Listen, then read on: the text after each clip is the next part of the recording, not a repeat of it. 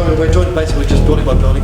How far underground are we right now? Right now we're probably about 70 feet. Pat, is there an opening on the other side of that? Yes, sir. Yeah, that's a bomber anchor right there. If this was a rock wall, you have to tallest into a rock wall in Colorado. You'd have a 70-meter climb indoors. Yeah, that's ridiculous. There's no other place to do it. There's nothing.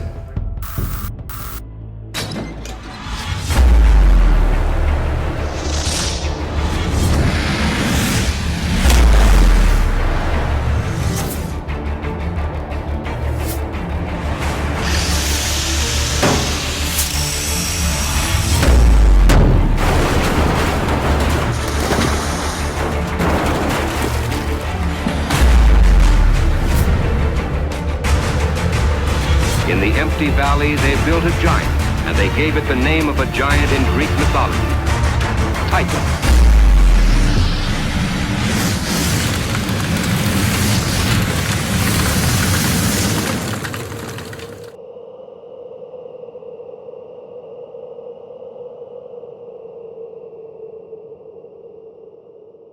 Hey guys, it's Steve from Nuclear Bunker Living. We're here with the guys from Elevator Safety. We've got Andrew, we've got Grady, we've got Brian. We're in silo 3, launch area number 3.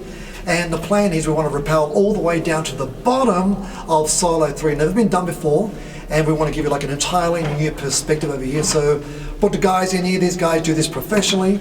And today is just purely reconnaissance. And what do you think thus far about the rigging? It's pretty stout, so it's going to be awesome to rig here. We've got plenty of awesome anchor points to use, a lot of overhead anchor points, a lot of good steel to anchor around and stuff like that. We're thinking of going off right here, so we have got some overhead anchors, and come the day, we'll bring a bipod or a tripod, probably rigged to right under where exit's standing, and we'll get multiple access lines down into the shaft, and that way you guys can document. And we are looking at a winch system over here. Yeah. I think we're sending 2 guys down there, plenty of air time. But like I said, I mean, you know, we still don't know how much crib there is down the bottom. I mean, we've got probably 30 to 40 feet of water to discharge once again and clear out. But it's going to be pretty exciting. We plan to do this the next couple of weeks.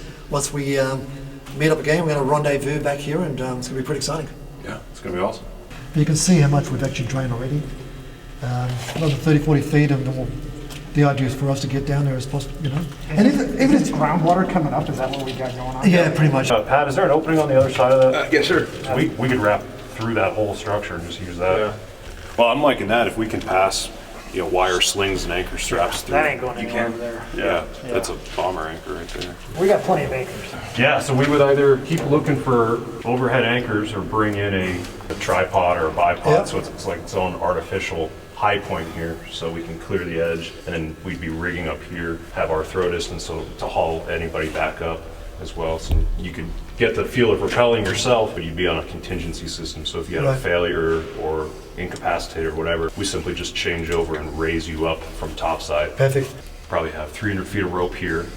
We put the middle point of the rope right here. You'd have 150 down. We'd have 150 topside. Nice. Yep. That way, if you're all the way at the bottom, we have a winch. We put the rope in midline, Right. and we just hoist you up. And on the winch, is it one person? Is it like a 200-pound load? Yeah, it's 2-person load all Is day it 2-person load, so Yeah. you could do up to 400 pounds? Yeah. What a pipe right there. Yeah. Yeah, it's like a Because the idea is we want to get down there, It's like a 600 and we pound want to get working load. have exit down there too, be able to sort of document Yeah, for the sure, solo, for sure. looking up, for example, like, and just have that vantage point where you got this, like, you know. Well, the beautiful thing with the rope systems is we can put one person over the edge, change you over on a different rope set. Yep. So you'd be static ropes hanging. Okay. For access lines, for camera lines or something Yep, like that. yep. And then we just lower you on another set of ropes. We Yeah. just bring more rope than we ever need. So we have multiple lines going over. What's the contingency on the line? You're using like a, So it's 7/16 11 mil rope. Right. Nominal braking strength of like 5,000 to 6,000 pounds, and we use 2 of them. So a Right. main and a backup. so I imagine there'll be lots of air time down there. Yeah. So different edges and stuff like that, we'd have to contend and Yeah. ahead of time.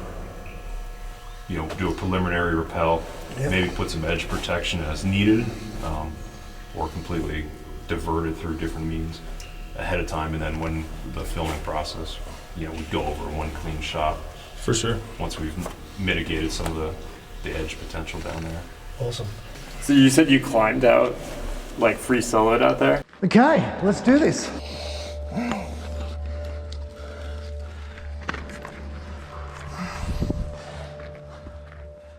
Yeah, solid one. We'll go there on the way back. Oh, okay.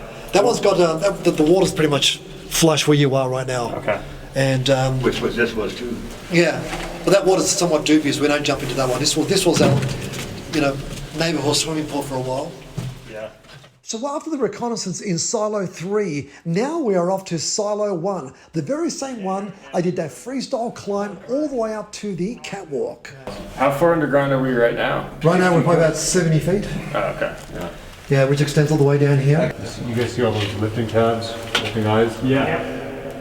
So we could use those to climb from point to point right across the ceiling if we ever wanted to. Uh-huh. Have you ever seen the rock walls, like out east in Kansas and Oklahoma, where they do it on the outside of grain silos? Oh, really? It's a rock climbing wall. Yeah. Wow, you would have the You could inverse do of that. You'd have a climbing wall on the inside. They'd have it on the outside.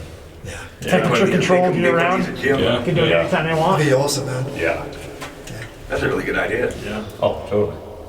You'd have A probably. training center in a middle silo. Dude, Well, you'd have if this was a rock wall, you'd have the tallest indoor rock wall in Colorado.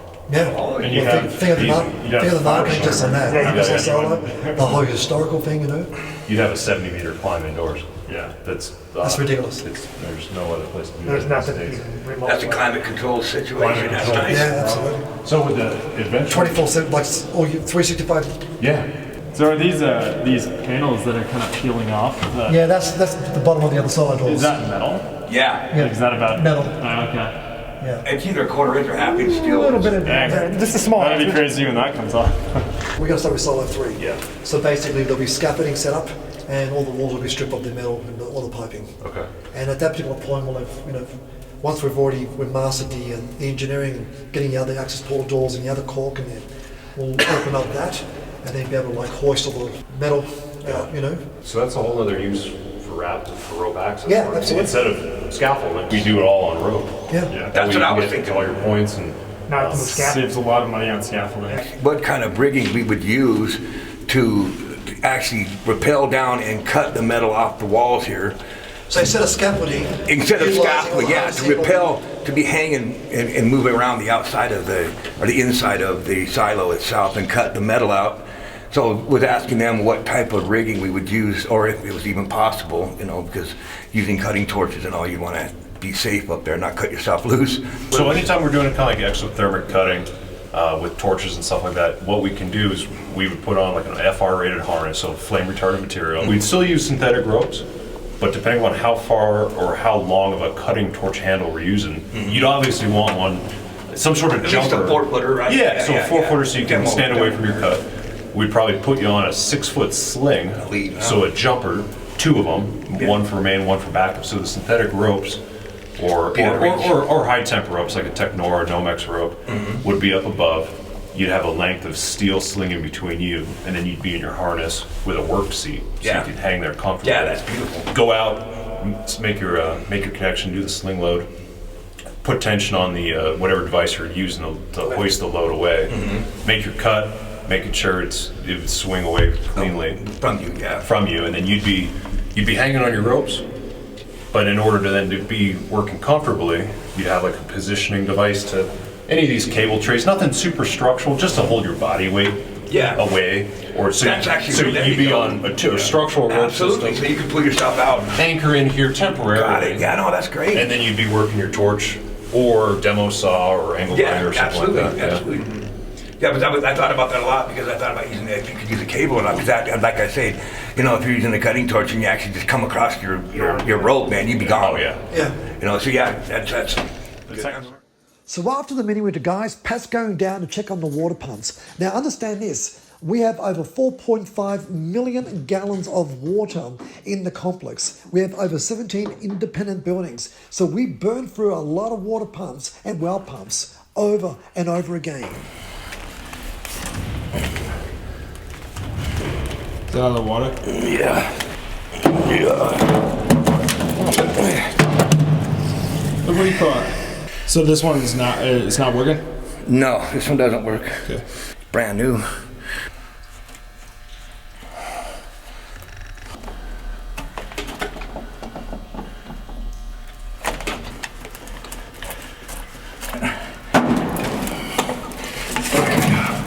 That smells beautiful.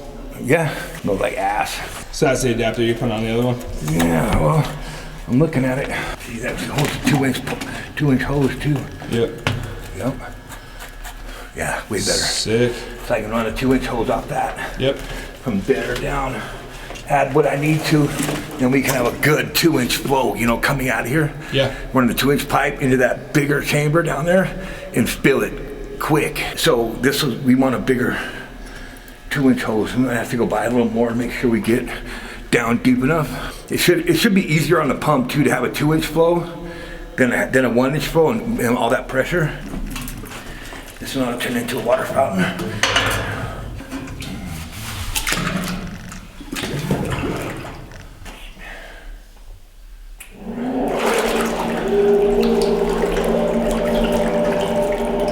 Yeah, we got 2 good ones down here. Okay, so both of those work? Yeah. I don't know how much water this thing holds, but it's massive. There's a sump pump pit down there. There's sump pumps in all these exchanges that we could use and just jump from one to the other. Honestly, we can just use the sump pump pits, and as long as they fill up equally at the same time, we can just, these won't even fill up. Yeah, see, we could let this flow through that pipe. There's a sump pump pit here we could use, but if we can actually get that water to run down here, gravity feed here through that pipe into this exchange, through that big pipe down there and then into that exchange, we could just eliminate all the pumps right here. Let me stop this here. Stop real quick.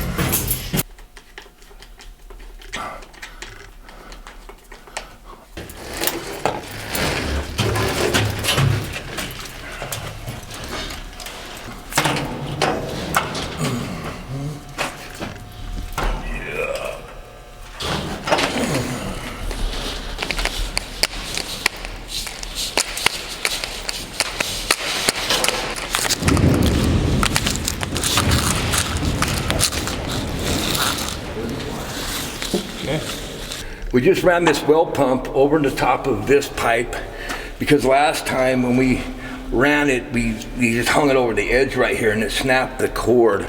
So we're doing this. Actually, we're down in the water quite a ways. We gotta use a well pump because we need, the pumps that we've been using are basically have a 35-foot ceiling. We're down 35 feet and it kicks every breaker we hook up to. So the pump's not able to do it, and it draws too much power, it kicks the breaker. So now we're gonna run a well pump because we need to run from one end of the facility, from the silo 3 all the way over to the antenna silo, where there's already an empty silo. That way we're not dumping water inconsiderately. We're just gonna move it from one silo to the other. But we have hundreds and hundreds of yards to go. So we're gonna be hooking up cables and hoses and pumps for the next 2 days, I guarantee it. Hey, what's going on, everybody? Exit here. Gonna be stepping in to do a unboxing video for you all today. I've done one before for Raycor Lighting. They are the work lights that we work with. The company is absolutely amazing. They're stationed out of Utah. They have been an asset absolutely for any of the work that Pat or myself have done down in the Titan 1 complex, especially with their magnet attachment. It's been a beautiful thing considering that there's so much steel and metal within these walls. You can practically put them anywhere. But today we're going to be doing a unboxing video for some studio lighting. This company is Aperture Lighting. They're a heavy hitter within the feature film industry within Hollywood and other content creators. We've been seeing a lot of stuff come out from this company. So today we got a package and we're gonna open it up and see what we got. Let's get to it here.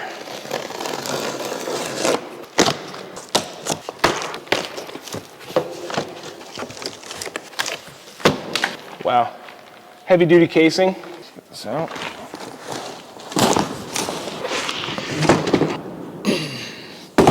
Love that this is actually a travel case. I can tell by the wheels.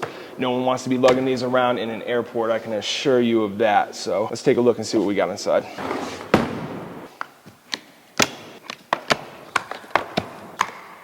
Really durable locks on all sides. I like that feature to this case.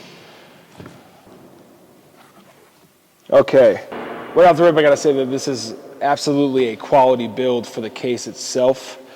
So we'll go into this right here. Got a tripod mount.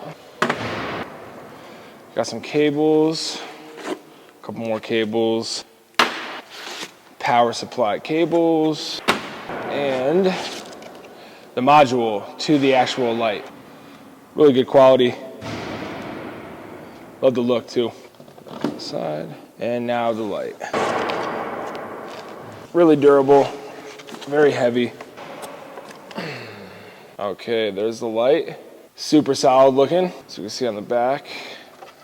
Here are all my plugins. Quality build. This light, you can really feel the weight of it. This feels very, very good. Let's get it hooked up, see what it does. All right, first by flipping this over, we're gonna get onto the power cable. This module goes right on the back here. All right, there's on there. All right, we're gonna turn this on right now. Okay, so you've got the actual Nova P300 module right here on the back. It actually fits directly on. I love the ergonomics of that. That's awesome that it can fit right here so you can control it from the back. Simple cords in and out. And yeah, let's test it out, see what happens with it. Wow. And these Hollywood production lights from Aperture are phenomenal. The guys have now partnered with us because we are now getting ready to start producing all these short drone movies and whatever too. So get ready for those too.